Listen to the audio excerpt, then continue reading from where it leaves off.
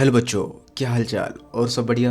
आज हम स्टार्ट कर रहे हैं क्लास 10th साइंस का मेटल्स एंड नॉन मेटल्स के एक्सरसाइज के क्वेश्चन आंसर। ठीक है, हमने इंडेक्स के क्वेश्चन आंसर पिछले वाले लेक्चर में देख लिया है।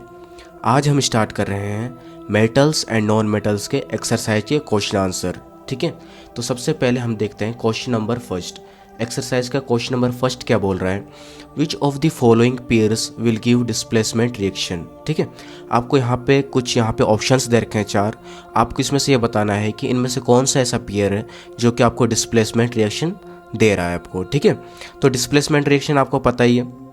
डिस्प्लेसमेंट रिएक्शन में क्या होता है, जो ज़्यादा रिएक्टिव मेटल होता है वो कम रिएक्टिव मेटल को क्या करता है, डिस्प्लेस कर देता है। ठीक है, तो यहाँ पे हम देखेंगे जो sodium chloride solution and copper metal. Sodium chloride solution और कॉपर मेटल जो है, क्या ये इसमें से डिस्प्लेस कर पाएगा कॉपर? क्या सोडियम को डिस्प्लेस कर पाएगा? नहीं कर पाएगा, क्योंकि कॉपर जो होता है वो कम रिएक्टिव होता है, सोडियम जो होता है वो ज़्यादा रिएक्टिव होता है। सेकेंड जो होगा magnesium chloride solution and aluminium metal. जो मैग्नीशियम क्लोराइड जो सॉल्यूशन है, ठीक है, तो उसको क्या एल्युमिनियम मेटल डिस्प्लेस कर सकता है? नहीं कर सकता, क्योंकि क्या जो एल्युमिनियम जो है वो क्या होता है, कम रिएक्टिव होता है। मैग्नीशियम जो होता है वो ज़्यादा रिएक्टिव होता है। उसके बाद क्या है, हमारे पास है सिल्वर। ठीक है, sorry, iron sulphate solution and silver metal. तो क्या सिल्वर जो है वो आयरन सल्फेट सॉल्यूशन को डिस्प्लेस कर सकता है? आयरन सल्फेट सॉल्यूशन में से आयरन को डिस्प्लेस कर सकता है? नहीं कर सकता, क्योंकि जो सिल्वर होता है वो कम रिएक्टिव होता है और आयरन जो होता है वो ज़्यादा रिएक्टिव होता है। उसके बाद क्या बोल रहे हैं कि हमारा जो सिल्वर नाइट्रेट है, ठीक है, सिल्वर नाइट्रेट जो है, तो सिल्वर नाइट्रेट जो है उसको क्या कॉपर डिस्प्लेस कर सकता है? तो ये वाला आंसर हमारा सही हो जाएगा, क्योंकि जो कॉपर है, ठीक है, वो ज़्यादा रिएक्टिव होता है सिल्वर से, तो सिल्वर को वो क्या कर देगा, वो डिस्प्लेस कर देगा। तो आंसर हमारा कौन सा हो जाएगा, answer number D, AgNO3 solution and copper metal. ठीक है, सिल्वर नाइट्रेट जो होगा सॉल्यूशन जो होगा, ठीक है, उसको कॉपर जो होगा उसको क्या कर देगा, वो डिस्प्लेस कर देगा। क्वेश्चन नंबर सेकंड देख लेते हैं, which of the following methods is suitable for preventing an iron frying pan from rusting. ठीक है, क्या बोल रहे हैं, कौन सा ऐसा मेथड होगा जो कि सुइटेबल होगा, जो कि हम क्या कर सकते हैं, जो आयरन फ्राइंग पैन है, जो लोहे का हमारे पास फ्राइंग पैन होता है, उसको हम रस्टिंग से, जंग लगने से हम उसको बचा सकते हैं। ठीक है, कौन सा ऐसा बेस्ट मेथड होगा? तो पहला क्या दे रखा है, अप्लाइंग ग्रीस। क्या अगर हम ग्रीस लगा करके अगर किसी फ्राइंग पैन में लगाएंगे तो क्या वो उससे हम रस्टिंग से बचा सकते हैं? तो ऐसा करना सही नहीं होगा, क्योंकि अगर हम ग्रीस लगाएंगे, ठीक है, तो उसके बाद क्या हो सकता है, उसको हम खाना कैसे बनाएंगे उसमें? ठीक है, तो ये सही तरीका नहीं है। सेकंड है अप्लाइंग पेंट। तो अगर हम पेंट कर देंगे उस पर, तब भी हम क्या कर सकते हैं, उसको रस्टिंग से नहीं बचा सकते हैं, क्योंकि जब हम उसको गर्म करेंगे, खाना बनाएंगे, तो पेंट जो होगा वो क्या होगा, जो खाना होगा वो पेंट के साथ मिक्स हो जाएगा। तीसरा है applying a coating of zinc. ठीक है, हम एक काम ये कर सकते हैं कि हम उसके ऊपर जिंक की लेयर चढ़ा देते हैं। उसके ऊपर क्या कर सकते हैं, हम जिंक की लेयर चढ़ा देते हैं। इस प्रोसेस को हम बोलते हैं गैल्वेनाइजेशन। ठीक है, जिसके ऊपर हम क्या करते हैं, जिंक की लेयर चढ़ा देते हैं, जिसकी वजह से क्या होगा, जो हमारा जो फ्राइंग पैन है, ठीक है, वो क्या होगा, रस्टिंग से बच जाएगा। तो हमारा आंसर कौन सा हो जाएगा, सेकंड का हो जाएगा सी वाला option, applying a coating of zinc. ठीक है, क्वेश्चन नंबर सेकंड हमने देख लिया। अब हम देखते हैं question number third.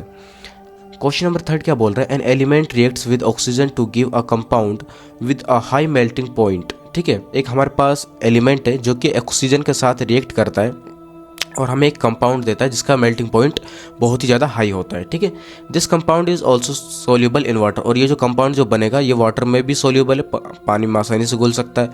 The element is likely to be, तो वो एलिमेंट कौन सा होगा? तो इसका डायरेक्ट मैं आंसर देता हूँ। यहाँ पे हमारा आयरन होगा नहीं, ठीक है, उसके बाद सिलिकॉन भी नहीं होगा और कार्बन भी नहीं होगा। तो हमारा आंसर कौन सा हो जाएगा, कैल्शियम। क्यों?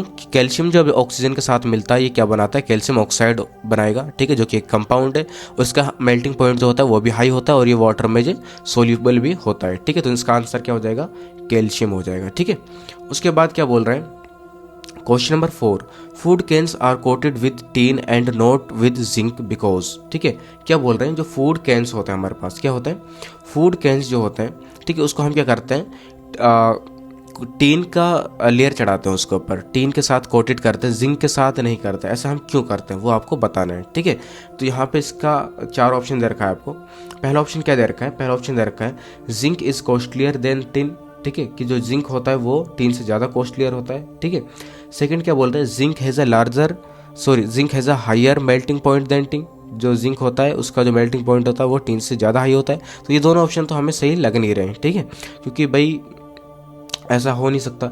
तीसरा क्या होगा, zinc is less reactive then tin, जो जिंक है वो टीन से कम रिएक्टिव है, इस वजह से क्या हम उसको यूज़ नहीं करते, ये भी नहीं होगा हमारा answer. Fourth, zinc is more reactive then tin, क्योंकि जिंक जो होता है वो टीन से ज़्यादा रिएक्टिव होता है, ठीक है, इसलिए हम क्या करते हैं, जिंक का इस्तेमाल नहीं करते हैं, ठीक है। तो इसका आंसर क्या हो जाएगा, डी हो जाएगा, zinc is more reactive then tin हो जाएगा, ठीक है। तो zinc is more reactive then tin, जो जिंक होता है वो टीन से ज़्यादा रिएक्टिव होता है, जिसकी वजह से वो क्या होता है, हमारे खाने के साथ क्या हो सकता है, वो मिल सकता है, जो कि हमारे खाने को ख़राब कर सकता है, ठीक है। इसीलिए हम फूड कैंस में टीन का इस्तेमाल करते हैं, जिंक का इस्तेमाल नहीं करते हैं। उसके बाद हम चलते हैं नेक्स्ट क्वेश्चन में, क्वेश्चन नंबर 5। क्वेश्चन नंबर 5 क्या बोल रहे हैं, you are given a hammer, आपको एक हैमर दिया जाता है, हथौड़ा दिया जाता है, आप बैटरी, और आपको एक बैटरी दिया जाता है, आप बल्ब, एक बल्ब दिया जाता है, ठीक है, एक वायर तार दिया जाता है, एंड अ स्विच, एक स्विच दिया रखा है, ठीक है आपको। अब क्वेश्चन क्या पूछा है, पहला क्वेश्चन पूछा है, how could you use them to distinguish between samples of metals and non metals, ठीक है। इन चीज़ों का आप यूज़ करके, जो आपको ऊपर दे रखी हैं, जैसे कि हथौड़ा, बैटरी, है ना, बल्ब, तार, स्विच वगैरह, इनका यूज़ करके आप कैसे बता सकते हैं कि कोई भी चीज़ मेटल है या फिर नॉन मेटल है। तो पहले का आंसर देख लेते हैं, क्या लिखा हुआ है, metals are malleable can be beaten into thin sheets with hammer. जो मेटल्स होते हैं वो मेलेबल होते हैं, आपको पता है, जो मेटल होते हैं उसको अगर हम पीटें तो वो उसको हम थिन शीट में कन्वर्ट कर सकते हैं, उसको पतली चादर में कन्वर्ट कर सकते हैं, उसको हथौड़े से पीट करके। तो हथौड़े से पीट के अगर हम पतला कर देंगे तो हमें पता चल जाएगा ये क्या है, मेटल है। While non metals are non malleable, जो नॉन मेटल होते हैं वो नॉन मेलेबल होंगे, ठीक है, उसको अगर हम हथौड़े से पीटेंगे तो वो उसके थिन शीट में कन्वर्ट नहीं होगा, वो टूट जाएगा, ठीक है। उसके बाद क्या बोल रहे हैं, सिमिलरली मेटल्स कंडक्ट इलेक्ट्रिसिटी, जो मेटल होते हैं वो इलेक्ट्रिसिटी कंडक्ट करते हैं in circuit, but non metals are poor conductor of electricity, ठीक है। तो हम इससे भी पता लगा सकते हैं कोई भी चीज़ मेटल है या नॉन मेटल है। जो मेटल होते हैं वो इलेक्ट्रिसिटी क्या करते हैं, प्रोड्यूस करते हैं सर्किट के अंदर, और जो नॉन मेटल होते हैं वो इलेक्ट्रिसिटी के पोर कंडक्टर होते हैं, वो इलेक्ट्रिसिटी प्रोड्यूस नहीं करते हैं, ठीक है। उसके बाद क्या आ गया था हमारा क्वेश्चन नंबर 2। क्वेश्चन नंबर 5 का क्वेश्चन नंबर 2 है, बी वाला पार्ट है, assess the usefulness of these test in distinguish between metals and non metals, ठीक है। अब आपको इन टेस्ट के जरिए आपको बताना है कि कोई भी चीज़ क्या मेटल है या फिर नॉन मेटल है, ठीक है। तो यहाँ पे आंसर क्या दे रखा है, because of malleability metals can B casted into thin sheets. Malleability की वजह से जो मेटल्स होंगे उसको हम क्या कर सकते हैं, पीट करके थिन शीट में कन्वर्ट कर सकते हैं। Metals are good conductor of electricity, so this can be used for electrical cables. जो मेटल्स होते हैं वो बेस्ट कंडक्टर ऑफ इलेक्ट्रिसिटी होते हैं, ठीक है, उसमें से बिजली आसानी से पास हो सकती है, इस वजह से हम क्या कर सकते हैं, इलेक्ट्रिकल केबल्स का यूज़ कर सकते हैं हम इलेक्ट्रिसिटी में यूज़ करने के लिए। आया समझ में। उसके बाद देखते हैं उसके बाद क्वेश्चन नंबर 6। क्वेश्चन नंबर 6 क्या बोल रहे हैं, what are amphoteric oxide. Amphoteric oxide क्या होते हैं वो आपको बताना है। Give 2 examples of amphoteric oxide. आपको एम्फोटेरिक ऑक्साइड के 2 एग्जांपल्स भी बताना है कि एम्फोटेरिक ऑक्साइड क्या होते हैं, ठीक है। तो आंसर नंबर 6 देख लेते हैं, those oxides that behave as both acidic and basic oxides are called amphoteric oxide, ठीक है। ऐसे ऑक्साइड्स जो एसिडिक और बेसिक दोनों ऑक्साइड्स की तरह बिहेव करते हैं उसको हम एम्फोटेरिक ऑक्साइड्स बोलते हैं। एम्फोटेरिक ऑक्साइड जो होते हैं आपके एग्जाम में बहुत बार क्वेश्चन में पूछा जाता है, ठीक है, ये बहुत इंपॉर्टेंट है, इसलिए मैंने यहाँ पे इनका 2 डेफिनेशन दे रखा है, ठीक है। एक डेफिनेशन तो ये हो गया और दूसरा डेफिनेशन नीचे हो गया। दूसरा डेफिनेशन क्या है, in other words metal oxides that react with both acids and bases to form salt and water are called amphoteric oxide. Second वाला मुझे अच्छा लग रहा है क्योंकि इसमें थोड़ा ये सिंपल है। ऐसे मेटल ऑक्साइड जो कि एसिड्स और बेसिड दोनों के साथ रिएक्ट करते हैं और क्या बनाते हैं, सॉल्ट और वाटर बनाते हैं, इसको हम क्या बोलते हैं, एम्फोटेरिक ऑक्साइड्स बोलते हैं। जो आपको अच्छा लगे आप उस डेफिनेशन को एग्जाम्स में लिख सकते हैं, ठीक है। उसके बाद इनका एग्जांपल्स देख लेते हैं, जैसे कि एल्युमिनियम ऑक्साइड जैसे जिंक ऑक्साइड, ठीक है, ये दोनों क्या है, एम्फोटेरिक ऑक्साइड। जैसे कि जिंक ऑक्साइड को जब हम क्या करेंगे, हाइड्रोक्लोरिक एसिड के साथ रिएक्ट कराएंगे तो यहाँ पे क्या बनेगा, जिंक क्लोराइड प्लस में वाटर हमें मिल जाएगा। उसके बाद जिंक ऑक्साइड को अगर हम सोडियम हाइड्रोक्साइड के साथ रिएक्ट कराएंगे तो हमें क्या मिलेगा, सोडियम जिंकेट प्लस में वाटर यहाँ पे हमें मिल जाएगा। तो एम्फोटेरिक ऑक्साइड जो होता है वो हमारा एसिड्स के साथ और बेसिस के साथ दोनों के साथ रिएक्ट करके सॉल्ट और वाटर बनाता है। आया समझ में। नेक्स्ट देखते हैं अगले पेज पे। क्वेश्चन नंबर 6 हो गया। क्वेश्चन नंबर 7 देख लेते हैं। Name two metals which will displace hydrogen from dilute acids and two metals which will not.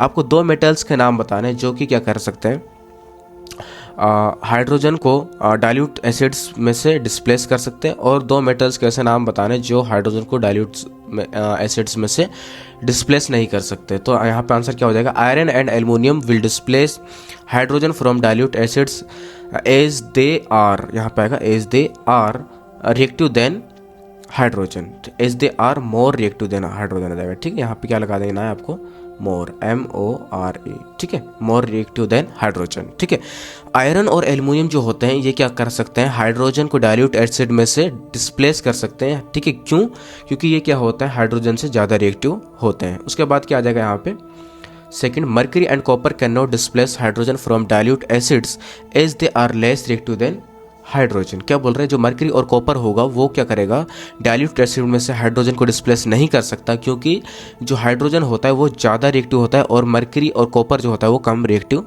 होता है। आया समझ में। उसके बाद क्वेश्चन नंबर 8 देख लेते हैं। In the electrolytic refining of metal M, what would you take as the anode, the cathode and the electrolyte. ठीक है, आपको कोई भी एक मेटल दे रखा है।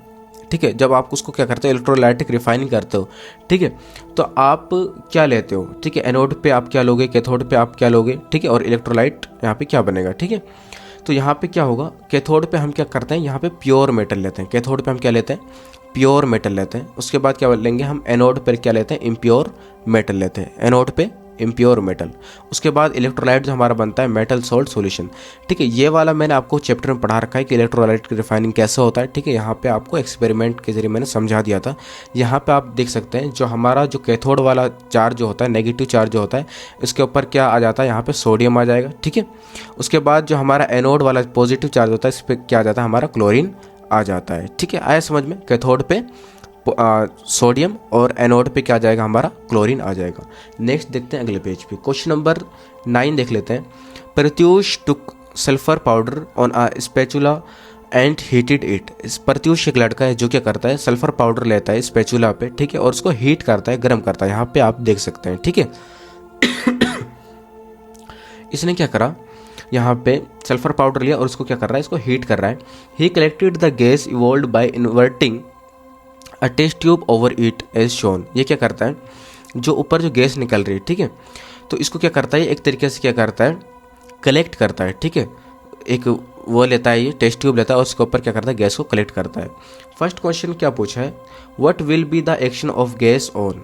ठीक है, गैस का एक्शन क्या होगा, dry litmus paper. Dry litmus paper पे गैस का एक्शन क्या होगा, तो इसका आंसर क्या हो जाएगा, there will be no action on dry litmus paper. जो ड्राई लिटमस पेपर होगा उसके ऊपर कोई भी एक्शन इसका नहीं होगा।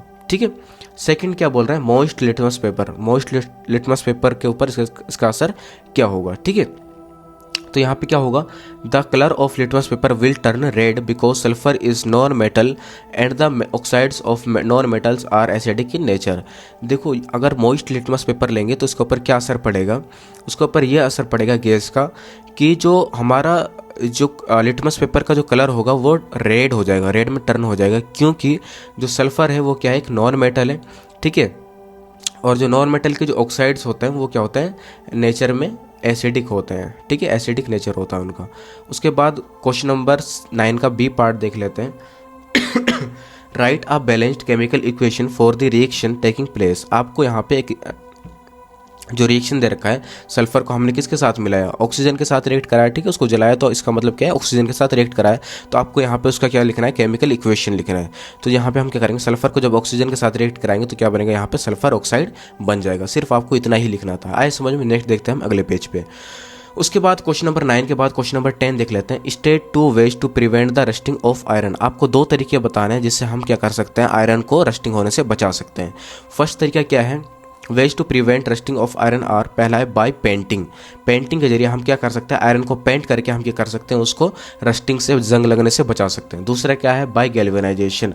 गैल्वेनाइजेशन एक ऐसा प्रोसेस होता है जिसमें हम क्या कर सकते हैं, किसी भी मेटल के ऊपर जिंक लेयर चढ़ाते हैं तो इसको हम बोलते हैं गैल्वेनाइजेशन। इसके जरिए हम क्या कर सकते हैं, किसी भी मेटल या आयरन को, ठीक है, हम क्या कर सकते हैं, रस्टिंग से बचा सकते हैं। उसके बाद क्वेश्चन नंबर 11, क्वेश्चन नंबर 11 क्या बोल रहे हैं, what type of oxides are formed when non metals combine with oxygen. ठीक है, क्या बोल रहे हैं कि जब हम क्या करते हैं, नॉन मेटल को जब ऑक्सीजन के साथ हम रिएक्ट कराते हैं, कंबाइन करते हैं, तो हमारे पास किस टाइप के ऑक्साइड्स बनते हैं। ठीक है, तो यहाँ पे आंसर क्या लिखा हुआ है, non metals combine with oxygen to form acidic oxides और न्यूट्रल ऑक्साइड।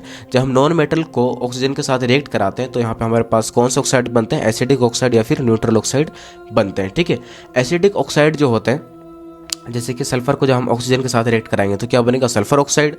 न्यूट्रल ऑक्साइड्स में क्या होगा, जो हाइड्रोजन को जब हम ऑक्सीजन के साथ रिएक्ट कराएंगे तो यहाँ पे क्या बनेगा, यहाँ पे हमारे पास वाटर बन जाएगा, हाइड्रो ऑक्साइड यहाँ पे बन जाएगा। ठीक है, उसके बाद क्वेश्चन नंबर 12 देख लेते हैं। क्वेश्चन नंबर 12 क्या बोल रहे हैं, गिव रीजन, आपको रीजन बताना है। यहाँ पे आपको 4 यहाँ पे पार्ट दे रखे हैं। फर्स्ट पार्ट क्या दे रखा है, platinum gold and silver are use to make jewellery. ठीक है, जो हम प्लेटिनम गोल्ड और सिल्वर जो होता है, ठीक है, इनका इस्तेमाल करते हैं हम ज्वेलरी बनाने के लिए, गहने वगैरह बनाने के लिए इस्तेमाल करते हैं। इसका रीज़न बताना है आपको। ठीक है, तो इसका इस्तेमाल हम क्यों करते हैं, तो इसका आंसर क्या हो जाएगा, platinum gold and silver are use to make jewellery because they are very lustrous. इनका इस्तेमाल क्यों करते हैं, क्योंकि ये बहुत ही ज़्यादा लस्टरस होते हैं। लस्टरस मतलब होता है ये बहुत ही ज़्यादा शाइनिंग होते हैं, चमकदार होते हैं। Also they are very less reactive and do not corrode easily, और ये बहुत ही कम रिएक्टिव होते हैं। ये किसी भी मेटल या नॉन मेटल के साथ जल्दी से रिएक्ट नहीं करते हैं। ठीक है, ऑक्सीजन के साथ रिएक्ट नहीं करते हैं, और ये आसानी से इनके ऊपर जंग नहीं लगता, ये कोरोड नहीं होते, जल्दी से ख़राब नहीं होते, इसलिए ये इनका हम क्या करते हैं, ज्वेलरी बनाते हैं, गहने बनाते हैं। उसके बाद यहाँ पे क्वेश्चन नंबर 12 का बी पार्ट देख लेते हैं। Sodium potassium and lithium are stored under oil. क्या बोल रहे हैं, जो सोडियम पोटेशियम और लिथियम जो होता है इसको हम क्या करते हैं, ऑयल के अंदर रखते हैं। ठीक है, केरोसिन ऑयल के अंदर इनको रखा जाता है। तो क्यों रखा जाता है, तो यहाँ पे क्या आंसर आ जाएगा, sodium potassium and lithium are very reactive and catch fire. देखो ये बहुत ही ज़्यादा रिएक्टिव होते हैं। ठीक है, सोडियम पोटेशियम और लिथियम जो होते हैं ये बहुत ही ज़्यादा रिएक्टिव होते हैं, और ये हमारे एयर के साथ रिएक्ट करके ये क्या करते हैं, इसके ऊपर आग लग जाती है कि फायर कैच कर लेते हैं। This is due to their low ignition temperature and high reactivity, क्योंकि इनका जो इग्निशन टेम्परेचर होता है, ठीक है, वो बहुत ही ज़्यादा कम होता है, और इनका जो रिएक्टिविटी होता है वो बहुत ही ज़्यादा हाई होता है। ये तुरंत ऑक्सीजन के साथ रिएक्ट करके तुरंत आग लगा देते हैं। ठीक है, इसलिए इनको हम किसके अंदर रखते हैं, केरोसिन ऑयल के अंदर रखते हैं।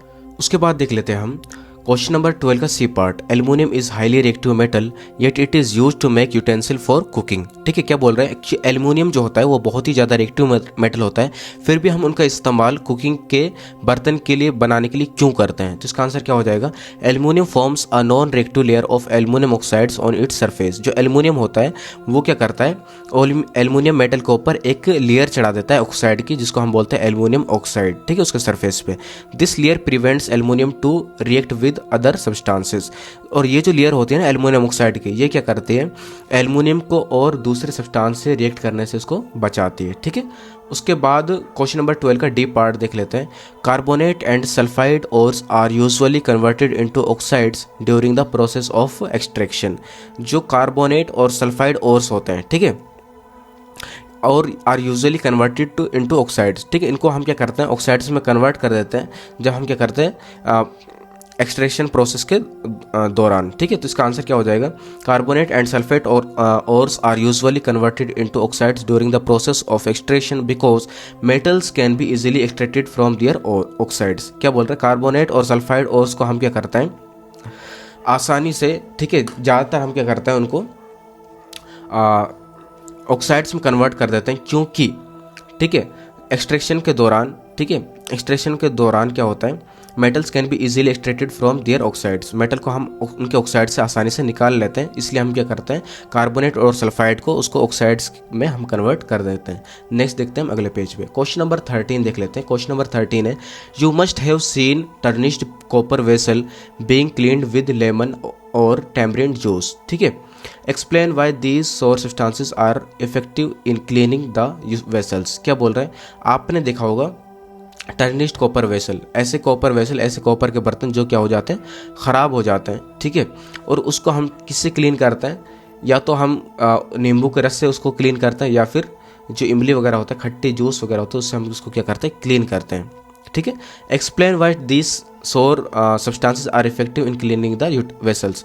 क्या बोल रहे हैं कि आपको एक्सप्लेन करना है, बताना है कि ये जो सोर सब्सटेंसेस होते हैं, ये जो खट्टे पदार्थ होते हैं, इनका इस्तेमाल हम क्यों करते हैं वेसल्स को क्लीन करने के लिए। ठीक है, तो इसका आंसर क्या हो जाएगा, द सोर सब्सटेंसेस सच एज लेमन और टेमरिंड जूस कंटेन एसिड। जैसे कि आपका क्या है, नींबू का रस है या फिर टेमरिंड की जूस है, इसके अंदर क्या होता है, एसिड्स बहुत ज़्यादा मात्रा में होती है। These acid dissolve the coating of copper oxide prevent on the surface of the tarnished copper vessel and makes them shining red brown again। ठीक है, तो ये जो एसिड्स होते हैं ना, ये क्या करते हैं, कॉपर ऑक्साइड की जो ऊपर की जो लेयर होती है उसको क्या करते हैं, उसको हटा देते हैं और वापस से जो कॉपर होता है वो बिल्कुल शाइनिंग और चमकने लग जाता है। जैसे कि यहाँ पे आप देख सकते हैं, ये हमारे पास एक क्या है, कॉपर का वेसल है।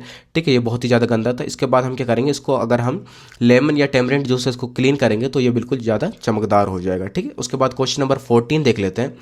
Differentiate between metal and non metal on the basis of their chemical properties. आपको मेटल और नॉन मेटल के बीच में डिफरेंस बताना है उनकी केमिकल प्रॉपर्टी के दरमियान। ठीक है, तो यहाँ पे आंसर क्या लिखा हुआ है, metal and non metal. Metal में फर्स्ट प्रॉपर्टी क्या है, मेटल्स फॉर्म बेसिक ऑक्साइड्स और एम्फोटेरिक ऑक्साइड। जो मेटल होते हैं वो क्या करते हैं, या तो बेसिक ऑक्साइड्स बनाते हैं या फिर एम्फोटेरिक ऑक्साइड्स बनाते हैं। नॉन मेटल क्या करता है, नॉन मेटल फॉर्म एसिडिक और न्यूट्रल ऑक्साइड। नॉन मेटल जो होते हैं या तो वो एसिडिक ऑक्साइड बनाते हैं या फिर न्यूट्रल ऑक्साइड बनाते हैं। उसके बाद क्या बोल रहे हैं, आगे नेक्स्ट बोल रहे हैं second, metals replace hydrogen from acids and form salt.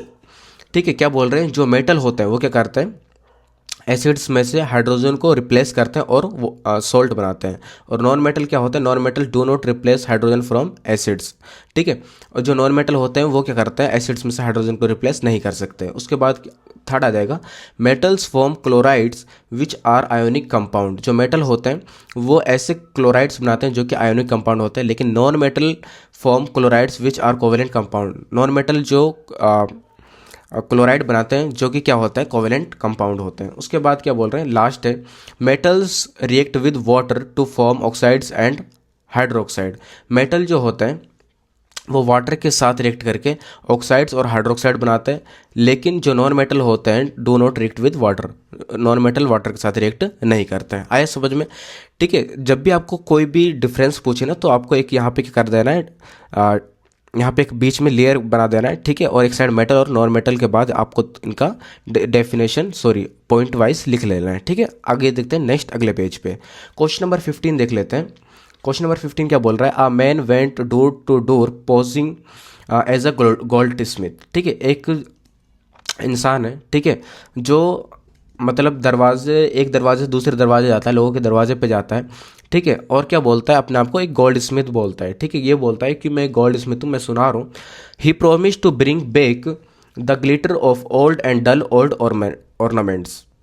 वो लोगों से प्रोमिस करता है कि आपका जो गोल्ड वाला, ठीक है, गोल्ड वाला जो पुराना ऑर्नामेंट है, सामान है या फिर आपका ज्वेलरी वगैरह है, तो वो उसको पुराना जो है वो उसको क्या कर देगा, बिल्कुल चमका देगा। An unsuspecting lady gave a set of gold bangles to him which he dipped in a particular solution. तो एक औरत ने उसको क्या दे दिया, एक अपना उसका गोल्ड का, सोने का एक बेंगल था, ठीक है, कड़ा था, उसने उसको दे दिया। अब उसने क्या करा, जो गोल्ड स्मिथ था, उसने जो अपने आप को गोल्ड स्मिथ बोल रहा था, उसने क्या कर दिया, उसको एक सॉल्यूशन के अंदर डाल दिया, एक पर्टिकुलर सॉल्यूशन के अंदर डाल दिया। The bangles sparked light like new but their weight was reduced drastically. जो उनका बेंगल था, उनका जो हाथ का कड़ा था, वो बहुत ही ज़्यादा चमकदार हो गया, ठीक है, बिल्कुल चमकने लगा, लेकिन उसका जो वजन था वो ड्रास्टिकली चेंज हो गया, वो बहुत ही ज़्यादा कम हो गया। The lady was upset but offer a futile argument. The man beat a hasty repeat. Can you play the detective to find out the nature of the solution he has used? फिर उसके बाद lady जो थी वो थोड़ी upset हो गई, लेकिन वो जो आर्गूमेंट करने लगा, ठीक है, उसके बाद जो मामला था वो रफा दफा हो गया, ठीक है। लेकिन आप क्या बता सकते हैं कि उसने किस चीज़ का यूज़ करा था, ठीक है, वो सॉल्यूशन कौन सा था, ठीक है, जिसने उसको क्या कर दिया, बिल्कुल चमका दिया। तो इसका आंसर यहाँ पे क्या हो जाएगा, answer number 15। The solution he is use to was aqua regia. Aqua regia एक सॉल्यूशन होता है जिसकी वजह से आप क्या कर सकते हैं, गोल्ड के जो ऑर्नामेंट्स होते हैं ना, उसको आप क्या कर सकते हैं, बिल्कुल क्लीन कर सकते हैं, उसको एकदम चमका सकते हैं। It is the mixture of hydrochloric acid and nitric acid. ठीक है, ये जो एक्वा जो होता है इसके अंदर हाइड्रोक्लोरिक एसिड होता है और नाइट्रिक एसिड होता है, जिसका रेशियो होता है 3:1। It is capable of dissolving metals like gold and platinum. ये क्या कर सकता है, ये मेटल जैसे कि गोल्ड और प्लेटिनम को अपने अंदर डिसोल्व कर सकता है। The outer layer of the gold bangles is dissolve in aqua regia so the weight was reduced. ठीक है, तो जो बाहर का जो लेयर था ना गोल्ड का, ठीक है, वो क्या हो गया, एक्वारिजिया में डिसोल्व हो गया। इस वजह से क्या होगा, जो वेट था, ठीक है, गोल्ड का, वो क्या हो गया, रिड्यूस हो गया। तो जब भी अगर आपको अपना गोल्ड का वो कराना है, ठीक है, कुछ ऑर्नामेंट्स वगैरह उसको क्लीन कराना है, तो आप बिल्कुल प्रॉपर अच्छे वाले जो गोल्ड स्मिथ सुनार है उसके पास कराएं जो वेरीफाइड है। ठीक है, ऐसे कोई भी आता है तो वो क्या करता है, वो एक्वारिजिया वगैरह का इस्तेमाल करता है। ठीक है, तो उससे क्या होगा, आपका गोल्ड का जो वेट होगा वो कम हो जाएगा। उसके बाद वो घर पे जा करके वो क्या कर लेगा, वापस से उस गोल्ड को उसमें से एक्वारिजिया में से निकाल लेता है। आया समझ में। उसके बाद हमारे पास ये आ जाता है लास्ट क्वेश्चन इस चैप्टर का। ठीक है, लास्ट क्वेश्चन क्या दे रखा है, give reasons why copper is use to make hot water tanks and not steel and alloy of iron. ठीक है, तो आपको ये रीज़न बताना है कि जो कॉपर होता है, ठीक है, तो इसको कॉपर का हम इस्तेमाल करते हैं हॉट वाटर टैंक बनाने के लिए, लेकिन स्टील का इस्तेमाल नहीं करते। ठीक है, तो इसका रीज़न क्या होगा, तो पहला क्या हो जाएगा, यहाँ पे 3 रीज़न दे रखे। पहला है copper is better conductor of heat than steel. जो कॉपर होता है वो क्या होता है, हीट से बेटर कंडक्टर होता है, जिसकी वजह से क्या हो जाएगा, जो हमारा जो वाटर होगा वो जल्दी गर्म हो जाएगा, हीट हो जाएगा। सेकंड है copper does not corrode easily. Copper जो होगा वो आसानी से कोरोड नहीं होता, जंग नहीं लगता उसके ऊपर, बट स्टील कोरोड इजीली। लेकिन स्टील जो होता है वो आसानी से उसके ऊपर जंग लग जाता है, वो कोरोड हो जाता है। ठीक है, तीसरा है copper does not react with water at any temperature where is iron reacts with water on heating. ठीक है, तो क्या बोल रहे हैं, कॉपर जो होता है वो किसी भी टेम्परेचर पे पानी के साथ रिएक्ट नहीं करता। ठीक है, लेकिन जो आयरन जो होता है वो पानी के साथ, गर्म पानी के साथ वो वाटर से गर्म पानी के साथ जो आयरन होता है वो रिएक्ट कर जाता है, जिसकी वजह से हम क्या करते हैं, वाटर टैंक जो होता है, हॉट वाटर टैंक होता है, उसके अंदर किसका इस्तेमाल करते हैं, कॉपर का इस्तेमाल करते हैं, स्टील का इस्तेमाल नहीं करते हैं। आया समझ में। तो ये वाला जो मेटल एंड नॉन मेटल का जो लेक्चर था ये पूरा कंप्लीट हो चुका है। ठीक है, नेक्स्ट चैप्टर में हम मिलेंगे। ठीक है, अगर आपको ये वीडियो पसंद आए तो इस वीडियो को लाइक करें, शेयर करें, अपने दोस्तों के साथ शेयर करें, और कुछ कमेंट रह गया, अगर कुछ पूछना है तो आप कमेंट में पूछ सकते हैं। हम मिलेंगे नेक्स्ट लेक्चर में, तब तक के लिए बाय बाय।